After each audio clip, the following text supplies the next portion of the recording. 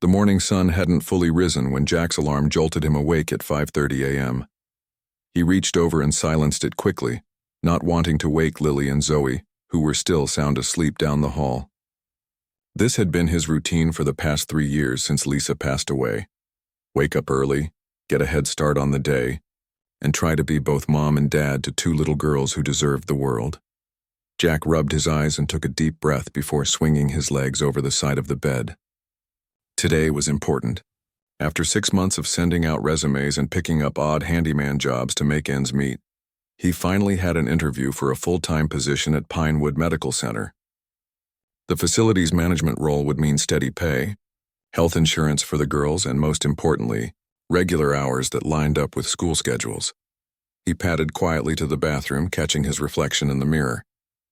The dark circles under his eyes told the story of late nights helping with homework, mending torn stuffed animals, and worrying about bills. At 34, Jack sometimes felt twice his age, but he never regretted a moment spent being there for his daughters. After a quick shower, he dressed in his only good suit, navy blue, slightly worn at the elbows but still presentable after a careful ironing the night before. The kitchen was his next stop, where he pulled out lunch supplies and began assembling 2 colorful lunch boxes. Turkey sandwich with no crust for Zoe, peanut butter and banana for Lily, he mumbled to himself as he worked. Into each lunchbox went a juice box, apple slices, and a small chocolate chip cookie he'd baked with the girls on Sunday. He scribbled quick notes on napkins. Good luck on your spelling test. For 7-year-old Lily, and have fun at gym class today. For 9-year-old Zoe. By 6:15, Jack started breakfast. Scrambled eggs, toast, and the last of the strawberries from the farmer's market. The smell of food and coffee usually worked better than any alarm clock for getting the girls up. And sure enough, he soon heard the patter of small feet in the hallway. Morning. Dad? Zoe appeared first, her dark hair a wild tangle, still in her space-themed pajamas. She climbed onto a kitchen stool, resting her chin in her hands. Morning, sunshine. Sleep okay? Jack slid a plate in front of her along with a small glass of orange juice. I dreamed I was an astronaut, she said, picking up her fork. I went to Mars and brought back a rock for the science fair. Jack smiled. That would definitely win first prize. Lily wandered in moments later, clutching her stuffed rabbit that had seen better days. Is today your job talk, Daddy? She asked, climbing up beside her sister. Job interview, he corrected gently. And yes, it is. Mrs. Chen will pick you up from school today if it runs late. He set a plate in front of her, cutting the toast into triangles the way she liked. You're gonna get it, Lily said with absolute certainty, as if her confidence alone could make it happen. You fix everything good, Jack's heart squeezed. Thanks, Bug. I hope so, too. The next 45 minutes flew by in the usual whirlwind of activity, finding missing shoes, brushing tangled hair, packing backpacks, and making sure permission slips were signed and tucked safely away. Jack checked the weather on his phone and added rain jackets to their backpacks despite the currently clear skies. The forecast showed showers by afternoon. Teeth brushed? He asked, doing a final check as the girls stood by the front door. 2 mouths opened wide for inspection, making monster faces that brought a laugh from Jack. Perfect. Let's roll. The drive to Oak Ridge Elementary took 15 minutes, filled with Lily's chatter about her class pet hamster and Zoe's explanation of the solar system project due next week. Jack made mental notes. Buy poster board, check if they still had glitter in the craft box. Help research planet facts tonight. As they pulled into the drop-off lane, Jack turned to look at his daughters. Hey, you two. I love you to the moon and back, and to Mars and Jupiter and all the way to Pluto. They responded in unison, their familiar goodbye ritual intact. Jack watched them join the stream of children heading into the building, Zoe holding her little sister's hand protectively. When they turned to wave one last time before entering the school, he waved back a lump in his throat. They were growing so fast and he was doing his best to keep up. With the girls safely delivered, Jack checked the time. He had 45 minutes to reach Pinewood Medical Center, which gave him just enough buffer for the morning traffic. He pulled away from the school, mentally rehearsing answers to potential interview questions while navigating the familiar streets of their town. The rain came earlier than expected. Just 10 minutes into his drive, fat droplets began hitting the windshield, quickly becoming a steady downpour. Jack turned the wipers to high and slowed down, gripping the steering wheel a bit tighter. The old Honda's tires weren't in great shape, and the last thing he needed was to hydroplane today of all days. That's when he saw her, a figure standing beside a silver car on the shoulder of the road, hazard lights blinking weakly through the rain. She wore a dark blue raincoat, hood pulled up, and seemed to be staring helplessly at her rear tire while holding a phone. Jack almost drove past, his mind on the ticking clock and the importance of arriving early for his interview. But something made him slow down. Maybe it was the way her shoulders slumped in defeat, or maybe it was the memory of countless kindnesses shown to him when he'd been struggling after Lisa died. Whatever the reason, Jack found himself pulling his car onto the shoulder about 20 feet ahead of the stranded vehicle. He grabbed his own rain jacket from the back seat, silently thanking his cautious nature for the spare umbrella he kept in the door pocket. As he approached the woman's car, he opened the umbrella and held it out slightly ahead of him so she could see his friendly intention before seeing him. "Need some help?" he called over the drumming of rain. The woman turned, looking startled and then relieved. She was around his age, with dark eyes and a professional-looking outfit visible beneath her raincoat. "Oh, thank you for stopping. My tire's flat and roadside assistance said it'll be at least an hour before they can get here." Jack nodded sympathetically. "That's too long to wait in this weather. I can change it for you if you have a spare." Relief washed over her face. "Are you sure? You'll get soaked and your nice suit?" Jack glanced down at his interview attire and shrugged with a smile. "It's seen worse. I'm Jack, by the way." "Nora," she replied, extending her hand briefly before withdrawing it, seeming unsure about the social protocol for roadside introductions in rainstorms. "Do you have a spare tire and jack in your trunk?" Jack asked, already moving toward the rear of her car. Nora nodded. "Yes, but I've never actually used them." "No problem. I can walk you through it so you'll know for next time, if you want." Jack handed her the umbrella and knelt down to examine the flat tire, which had a large nail embedded in it. As he worked to set up the jack, Nora held the umbrella over both of them as best she could. "You must be on your way somewhere important," she observed, nodding at his suit. "Job interview," Jack replied, loosening the lug nuts before raising the car. "At Pinewood Medical Center." "Oh, that's where I'm headed to," Nora said, surprise evident in her voice. Jack looked up, rain dripping from his hair despite her efforts with the umbrella. "Are you a doctor there?" She hesitated, then simply said, "I work in pediatrics. Just started recently." For the next 15 minutes, Jack worked efficiently while making occasional small talk. He learned that Nora was new to town, having moved there just 3 weeks ago. In turn, he found himself telling her about Lily and Zoe, their science projects and soccer games, and the challenges of raising daughters alone. "They sound wonderful," Nora said softly. "You clearly do an amazing job with them." Jack smiled as he lowered the car and tightened the last lug nut. "They make it easy. They're the reason I get up every morning." With the spare tire securely in place, Jack gathered the tools and put them back in Nora's trunk. His suit pants were soaked at the knees, and despite rolling up his sleeves, his cuffs hadn't entirely escaped the rain and road grime. "I can't thank you enough," Nora said, reaching for her purse. "Please, let me give you something for your trouble." Jack shook his head. "No need for that. Just pay it forward sometime." Nora studied him for a moment, then nodded.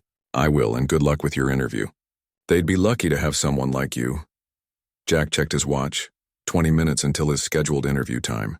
If traffic cooperated, he could still make it with a few minutes to spare. "Drive safely," he said with a final wave.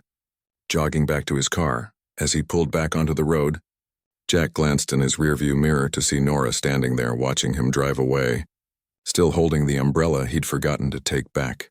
He smiled to himself, hoping the small act of kindness might bring him a bit of luck. With the windshield wipers keeping rhythm and the rain beginning to ease, he drove toward Pinewood Medical Center, unaware that his life had just changed in ways he couldn't yet imagine. Jack pulled into the Pinewood Medical Center parking lot with just 5 minutes to spare before his interview.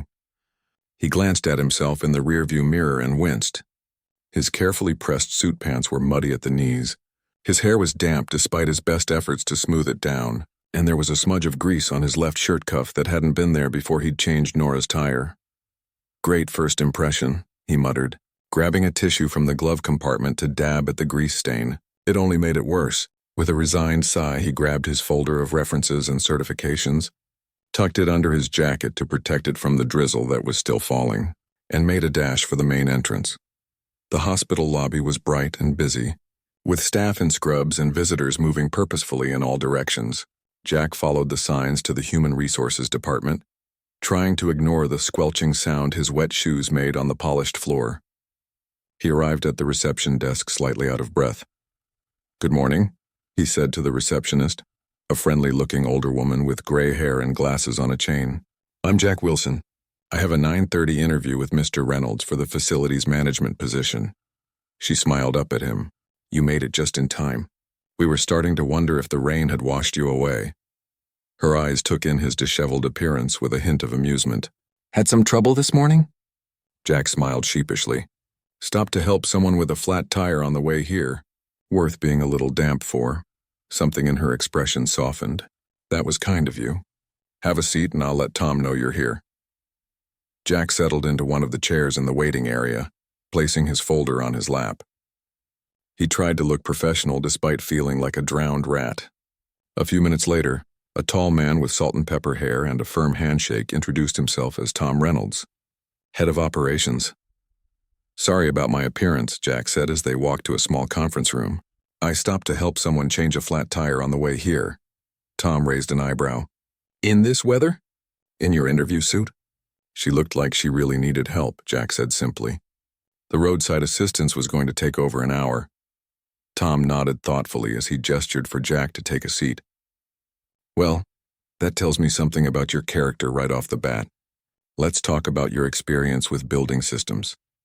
The interview went better than Jack had expected. His years of working maintenance at the community college, plus the odd jobs he'd picked up since being laid off, had given him a broad knowledge of electrical, plumbing, and HVAC systems. Tom seemed particularly impressed with Jack's problem-solving approach to a tricky boiler issue he'd resolved at the college. "The facilities team here is like the circulatory system of the hospital," Tom explained. "Most people don't think about us until something goes wrong, but without us, nothing works right. We need people who can think on their feet and keep things running smoothly." Jack nodded. "That's what I love about this kind of work. Figuring out the puzzle, making things work again. And you'd be comfortable with the on-call rotation, 1 weekend a month plus some holidays?" Tom asked. "Absolutely," Jack replied. "I've arranged good backup childcare for my girls. My neighbor, Mrs. Chen, is retired and loves spending time with them." They discussed salary and benefits, and Jack felt a flutter of hope in his chest. The medical insurance alone would be life-changing for his family. When Tom stood up to end the interview, his handshake was warmer than when they'd started. "We have a few more candidates to interview this week," Tom said. "But I'm impressed with your experience and approach, Jack. And honestly, the fact that you stopped to help someone this morning, knowing it might make you late for something important, that says a lot about the kind of team member you'd be." Jack smiled. "I appreciate that. My dad always taught me that how you treat people when you have nothing to gain tells the true story of who you are." Tom nodded appreciatively. "Wise man, your dad. We'll be in touch by early next week." As Jack walked back through the lobby, he couldn't help but feel a small surge of optimism. The interview had gone well, despite his appearance. He was so lost in thought that he almost didn't notice the umbrella being held out to him as he approached the exit. "I believe this is yours," a familiar voice said. Jack looked up to see Nora standing there, his blue umbrella in her hand. She'd changed into light blue scrubs beneath her white coat, and her hair was now pulled back neatly. "Oh, thank you," Jack said, surprised. "I completely forgot about it," Nora smiled. "I figured you might need it for the walk back to your car." "How did the interview go?" "Pretty well, I think," Jack replied, accepting the umbrella. "How's the spare tire holding up?" "Perfect. I'm heading to the tire shop after my shift." She hesitated, then added, "I'm sorry if helping me made you late. I really appreciate what you did." Jack shrugged. "Actually, I think it might have helped. Made for a memorable entrance, at least." He glanced at his watch. "I should get going. Need to pick up some supplies for my daughter's science project before school lets out." "The solar system one?" Nora asked, remembering their earlier conversation. Jack nodded, oddly touched that she'd remembered that detail. "Zoe's very particular about the accuracy of her planet sizes. No artistic license allowed," Nora laughed. "A budding scientist. That's wonderful." She seemed about to say something else when her pager beeped. "I have to run. Good luck with the job, Jack. I hope you get it. Thanks, he replied, watching as she hurried down the hallway, responding to whatever medical situation needed her attention. Outside, the rain had finally stopped and weak sunlight was beginning to break through the clouds. Jack opened the umbrella anyway, partly to keep any remaining drips off his already soaked suit, and partly because it gave him a small connection to the kind woman he'd helped. On his way to the craft store, Jack found himself thinking about the morning's chance encounter.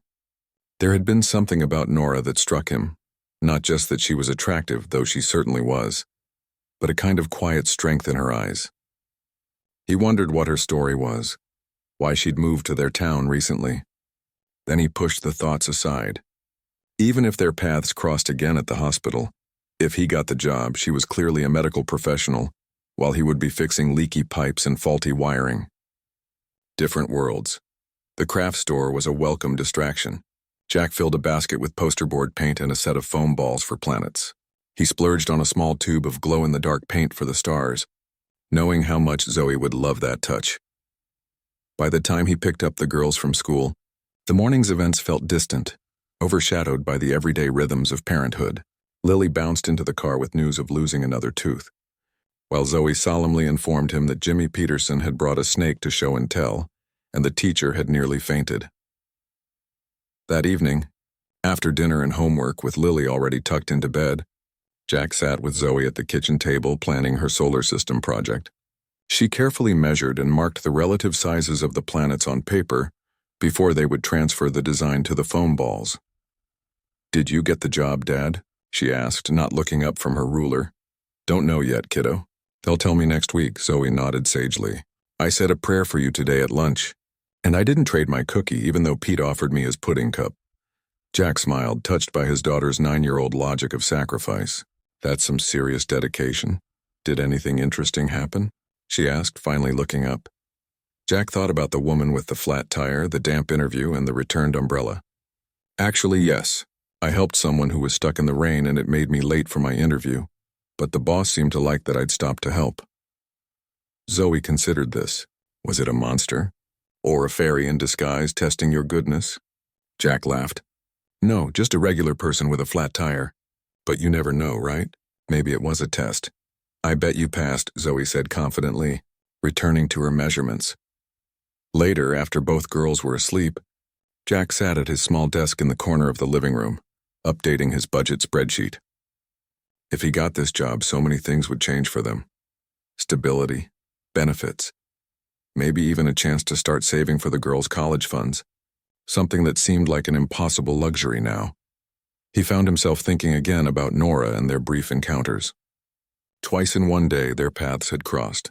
He wondered if there would be a third time, then laughed at himself for the thought.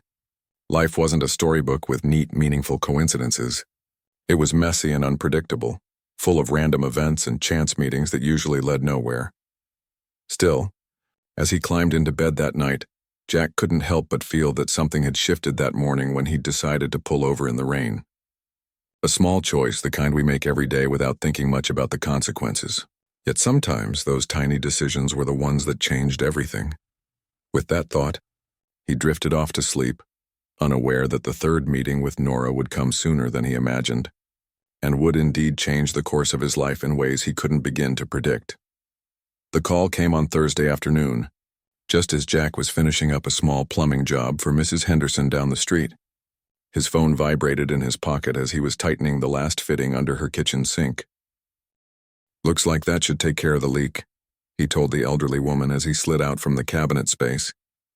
"Let it run for a bit to make sure, but I think we're good." Mrs. Henderson beamed at him. "You're a lifesaver, Jack. The other plumber wanted to charge me $300 just to show up." Jack smiled as he packed up his tools. "Happy to help. You've watched the girls enough times to earn free plumbing for life." His phone buzzed again and he glanced at the screen. Pinewood Medical Center. His heart skipped a beat.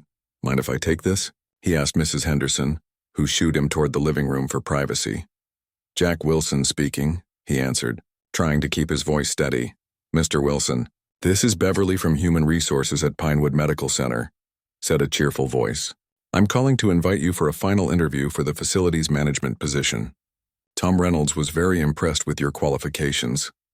Jack closed his eyes in silent relief. A final interview meant he was still in the running. That's great news. Thank you. We'd like you to come in tomorrow at 2 p.m. if that works for you, Beverly continued. You'll be meeting with Tom again along with Dr. Reeves, who heads our pediatrics department. They'll make the final decision together since you'd be managing that wing of the hospital primarily. Tomorrow at 2 works perfectly, Jack replied, mentally rearranging his schedule. Mrs. Chen could pick up the girls from school if the interview ran long. Wonderful. The meeting will be in conference room B on the 3rd floor. Just check in at the main reception desk. After hanging up, Jack couldn't help the grin that spread across his face. Mrs. Henderson took one look at him and smiled knowingly. Good news about that hospital job? Final interview tomorrow, Jack confirmed, accepting the glass of lemonade she offered him. They'd be fools not to hire you, she said firmly. You can fix anything. If only that were true, Jack thought as he drove home. Some things couldn't be fixed, like the hole in his family that Lisa's death had left. But maybe, just maybe, he could build something new for his girls. A stable life, security, the chance for them to just be kids without worrying about grown-up problems. That evening, he told the girls about the final interview over dinner. Does this mean we get to go to the doctor for free? Lily asked, picking at her peas. Not exactly free, but we'd have good insurance, Jack explained. And I'd have a steady schedule, mostly working when you're in school. Zoe looked up from her careful arrangement of food into separate piles. Will you have to work on my birthday? It's in 3 weeks. I'll make sure I don't, Jack promised. Your birthday is the most important day of the year. Later, after homework and bedtime stories, Jack ironed his suit again, making sure it was perfect for tomorrow. This time, he told himself, he wouldn't stop for any stranded motorists, no matter how guilty he might feel. This job was too important to his family. The next day, Jack dropped the girls at school and spent the morning fixing a broken fence for the Thompsons. The physical work helped calm his nerves about the upcoming interview. By 1:15, he was showered, dressed in his freshly pressed suit and driving toward Pinewood Medical Center with plenty of time to spare. The hospital seemed busier than during his first visit. Jack checked in at the reception desk and was directed to take the elevator to the 3rd floor. As he stepped into the elevator, an announcement came over the PA system. Dr. Reeves to emergency, Dr. Reeves to emergency. Jack vaguely wondered if that was the same Dr. Reeves he would be meeting. The name wasn't that uncommon. He found conference room B easily enough and was surprised to find it empty except for Tom Reynolds, who was reviewing some papers. Jack. Good to see you again, Tom said, standing to shake his hand. Have a seat. Dr. Reeves just got called to an emergency, but she should be here shortly. Hospital life, always unpredictable. They chatted easily about the facility's management role. Tom explained that the pediatric wing had been recently renovated and needed someone who could handle the specialized equipment and unique needs of a children's ward. The right environment makes all the difference. For our young patients, Tom explained, we need someone who understands that it's not just about fixing things, but about making the space feel safe and even a little magical for kids going through tough times. Jack nodded. My daughters have taught me a lot about what makes kids feel secure and happy. Sometimes it's the small details that matter most. The door opened and Tom looked up. Here's Dr. Reeves now. Jack turned in his chair, a polite greeting ready on his lips. The words died in his throat as he found himself looking at a familiar face. Nora, the woman whose tire he'd changed in the rain. Except she wasn't just Nora. According to the ID badge clipped to her white coat, she was Dr. Eleanor Reeves, Chief of Pediatrics. Her eyes widened in recognition, and for a brief moment, they just stared at each other. You two know each other? Tom asked, looking between them curiously. Dr. Reeves, Nora, recovered first. Mr. Wilson and I had a chance encounter earlier this week, she said smoothly, extending her hand. It's nice to see you again, Jack. Jack shook her hand, still processing the revelation. Likewise, Dr. Reeves, she smiled at his formal use of her title. Eleanor, please. Or Nora, as I introduced myself before. Tom looked confused. Am I missing something? Jack found his voice. Dr. Reeves is the person whose tire I changed before my first interview. The one that made me late and, well, not exactly presentable. Understanding dawned on Tom's face, followed by amusement. So you're the stranded motorist? Small world. Nora took a seat across from Jack. I was running late for an emergency surgery that morning. If Jack hadn't stopped to help, I would have missed it entirely. A 10-year-old boy with appendicitis benefited from his kindness that day. The interview proceeded, but Jack found it hard to concentrate. Questions swirled in his mind. Why hadn't she mentioned she was a doctor, let alone the head of pediatrics? Had his stopping to help influenced their decision to call him back for a final interview? As if reading his thoughts, Nora addressed the elephant in the room near the end of their meeting. I want to be clear about something, she said, looking directly at Jack. Your application was already under serious consideration before our chance meeting. Tom had flagged your resume based on your experience at the community college. My input was based solely on your qualifications in this interview. Jack nodded, relieved. I appreciate that. I wouldn't want to be considered for any reason other than being the right person for the job. Tom closed the folder in front of him. Well, I think we've covered everything. Do you have any questions for us, Jack? Jack thought for a moment. Just one. What's the biggest challenge facing the facilities team in the pediatric wing right now? It was the right question. For the next 10 minutes, they discussed the unique challenges of maintaining a healing environment for children, from the importance of artwork at a child's eye level to the need for equipment that wasn't intimidating. As the interview concluded, Tom excused himself to take a phone call, leaving Jack and Nora alone. So, Jack said with a small smile, not just working in pediatrics but running the entire department? Nora looked slightly embarrassed. I didn't want to make a big deal about it when you were just trying to help. Most people treat me differently when they know I'm a doctor. Jack nodded.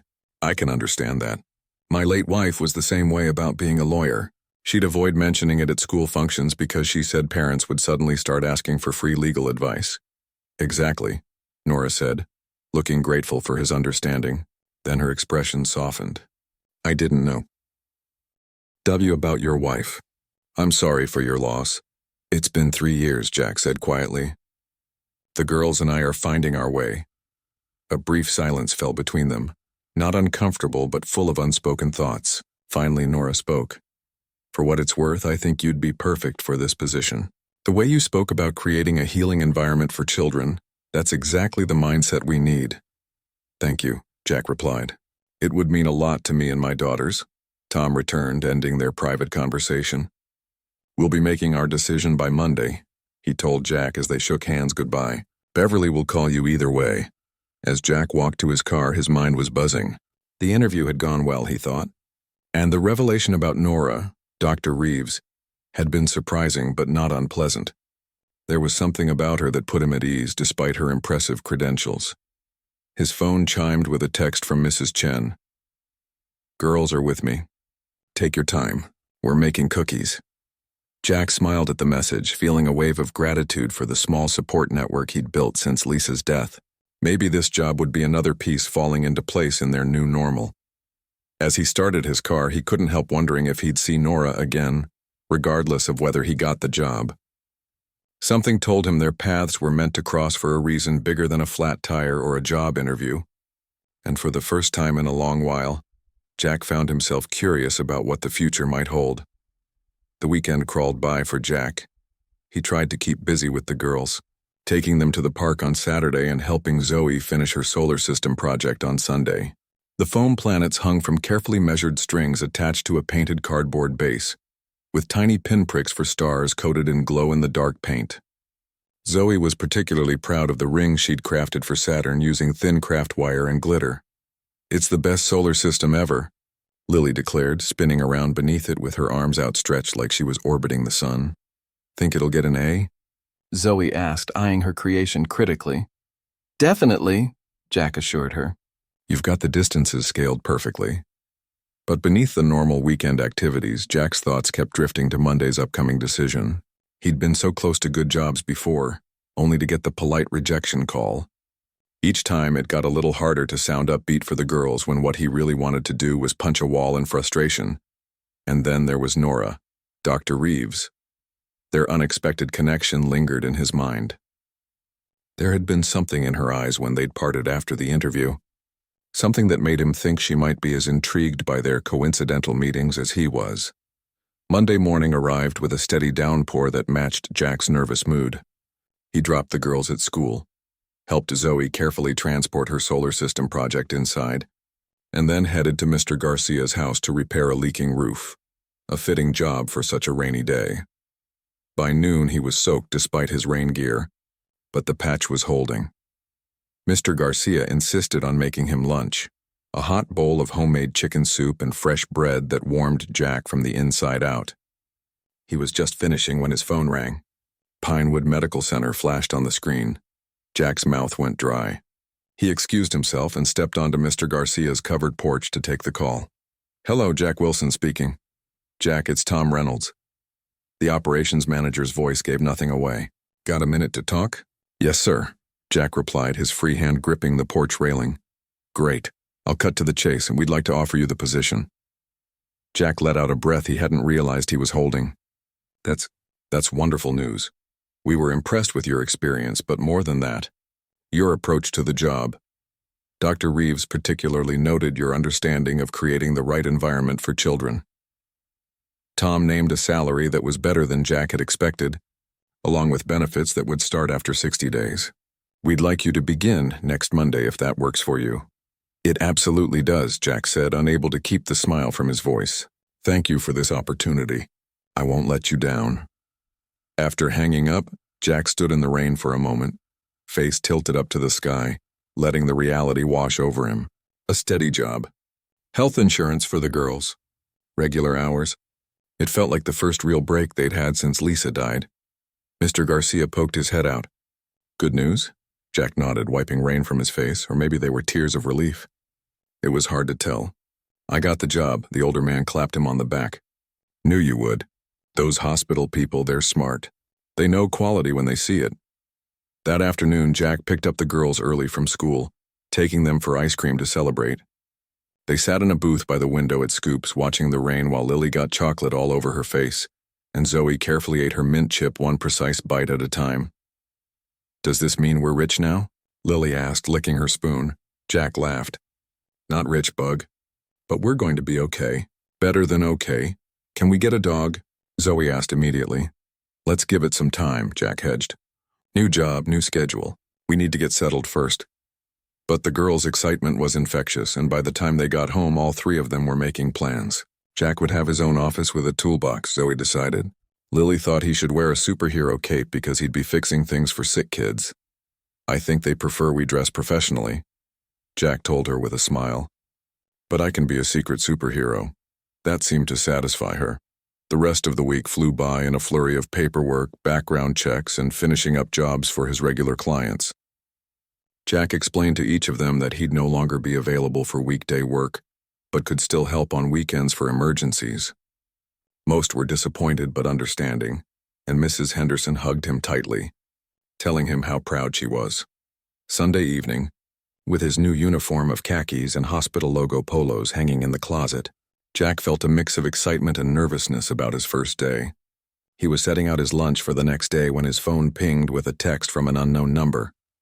"Just wanted to wish you good luck tomorrow. Looking forward to having you on the team. Nora Reeves." Jack stared at the message, surprised and pleased.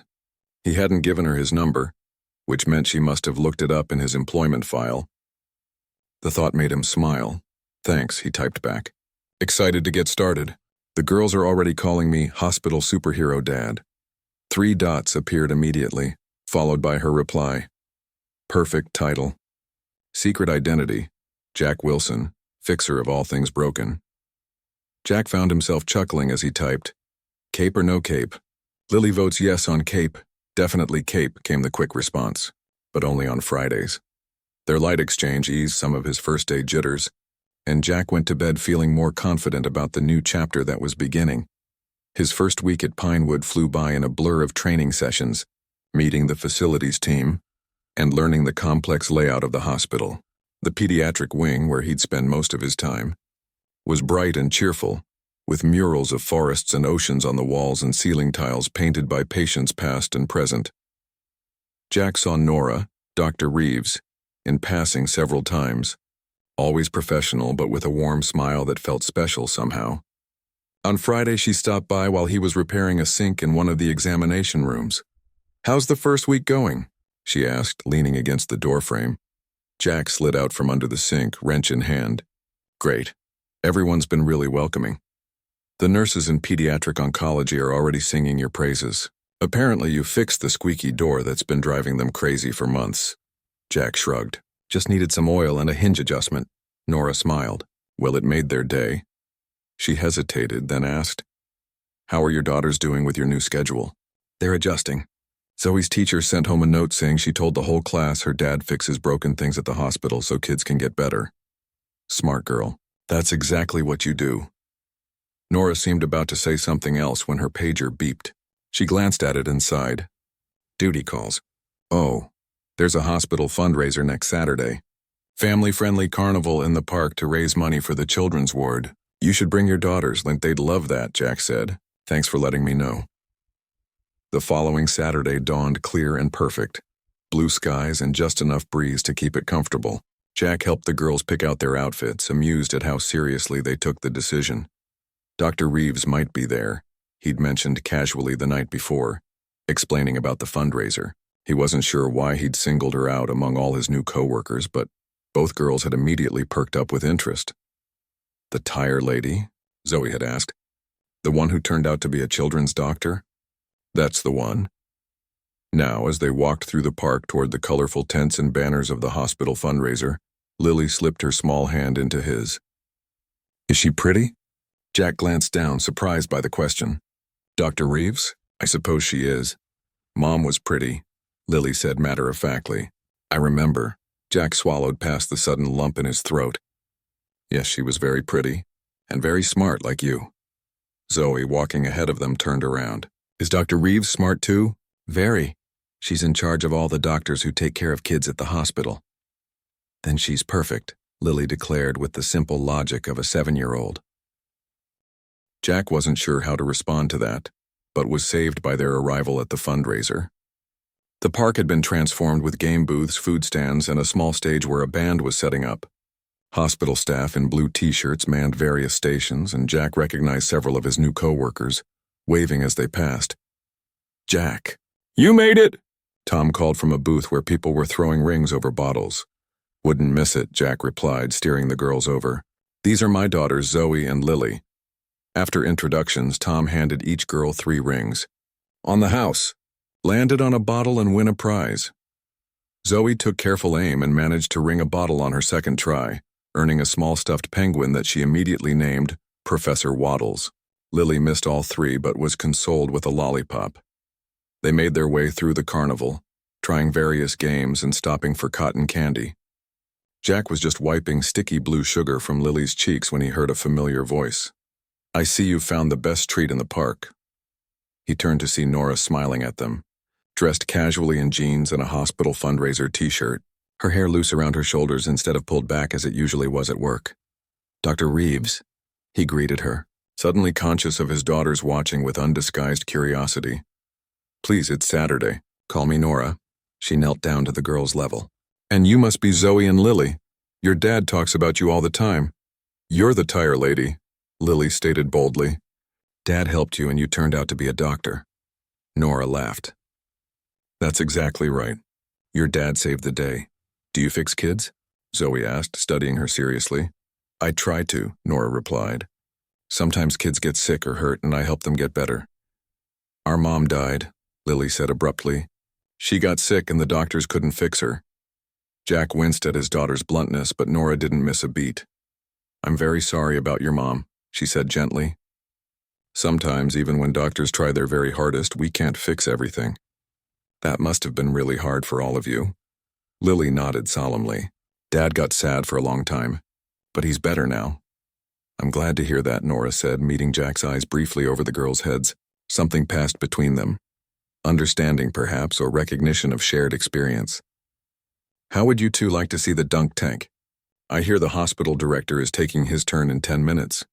The girls' eyes lit up, and as they walked toward the dunk tank together, Jack felt a strange sense of rightness, as if pieces were falling into place in a puzzle he hadn't known he was solving.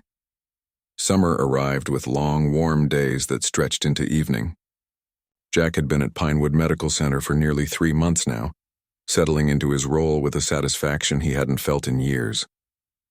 The steady paycheck, regular hours, and especially the health insurance had transformed their lives in 100 small ways.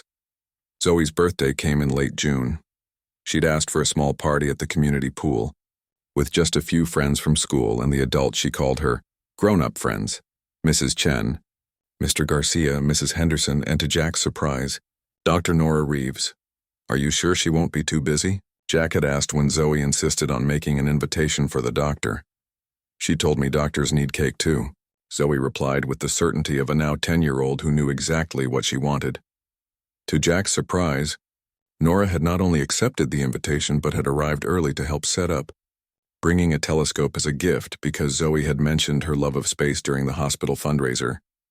The party had been perfect: swimming, cake, and presents under the shade of the pool pavilion. Jack caught himself watching Nora throughout the afternoon, noticing how easily she chatted with the elderly neighbors, how she made sure quieter kids were included in games, and especially how she listened intently when Zoe excitedly explained her plans to be an astronaut doctor who would treat people on Mars someday. As the weeks passed, Nora had become a regular presence in their lives. Sometimes it was just quick conversations in hospital hallways or having lunch together in the cafeteria.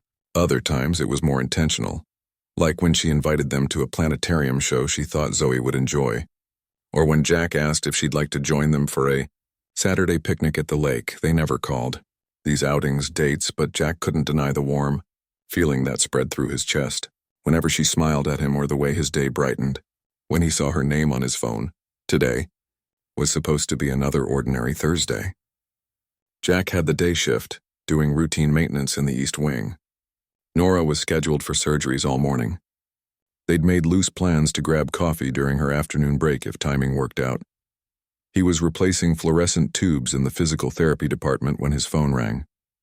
It was Mrs. Chen, her voice tight with worry. "Jack, there's been an accident at school. Lily fell from the playground equipment.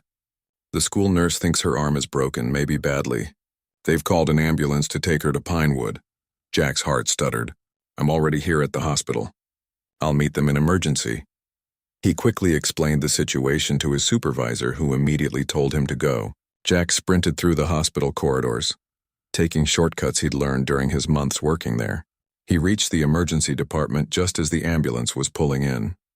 The paramedics wheeled in a small gurney with Lily on it, her face tear-stained and pale, her right arm stabilized and clearly swollen. Mrs. Chen hurried alongside, holding Lily's favorite stuffed rabbit, Daddy. Lily cried when she saw him. "I'm here, Bug," Jack said, rushing to her side and taking her good hand. "What happened?" "I was on the monkey bars," she whimpered.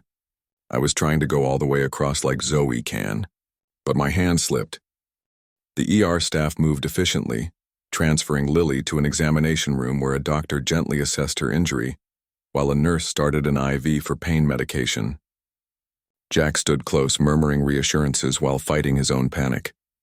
He'd always dreaded moments like this, moments when his girls were hurting and he couldn't fix it. The doctor looked concerned after examining Lily's arm. "She has a compound fracture of the radius and ulna.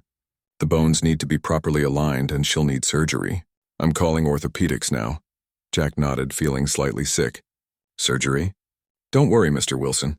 We have excellent pediatric orthopedic surgeons." The doctor paused. "Actually, let me see who's on call today." Before he could check, a familiar voice came from the doorway. "I heard Lily Wilson was brought in." Jack turned to see Nora standing there, concern etched on her face. She must have heard about the admission and come straight down. "Nora," he said, relief washing over him. She came to Lily's bedside, her voice gentle but professional. "Hey there, Lily, I hear you had a fall." Lily nodded, tears still streaming down her cheeks despite the pain medication. "It really hurts." "I know, sweetheart." Nora carefully examined the splinted arm, then looked at the x-rays the ER doctor had ordered. She turned to Jack. "She needs surgery to set the bones properly. Dr. Walsh is our pediatric orthopedic specialist. He's finishing another procedure but can take Lily next." "Will you stay with me?" Lily asked Nora, her small voice quavering. Nora smoothed Lily's hair back from her forehead. "The whole time. I'll be right there in the operating room making sure everything goes perfectly." Jack felt a lump in his throat at the tenderness in Nora's voice. She wasn't just being kind. She genuinely cared about his daughter. The next few hours passed in a blur of consent forms, pre-op preparations, and waiting. Mrs. Chen picked up Zoe from school and brought her to the hospital. The four of them sat together in the surgical waiting area. Jack, Zoe, Mrs. Chen, and Mr. Garcia, who had shown up with sandwiches and drinks for everyone after hearing the news. "Lily's tough," Zoe said, leaning against Jack's arm, "and Dr. Nora won't let anything bad happen." Jack squeezed his older daughter's shoulder. "You're right about that." It was nearly 3 hours later when Nora appeared in the waiting room doorway, still in her scrubs. Jack stood immediately, heart in his throat. "She did great," Nora said, smiling tiredly. "Dr. Walsh aligned the bones perfectly. She has a cast that she'll need for about 6 weeks, but kids heal quickly. She's in recovery now. You can see her in about 20 minutes. Jack exhaled sharply, not realizing he'd been holding his breath. "Thank you," he said, his voice rough with emotion.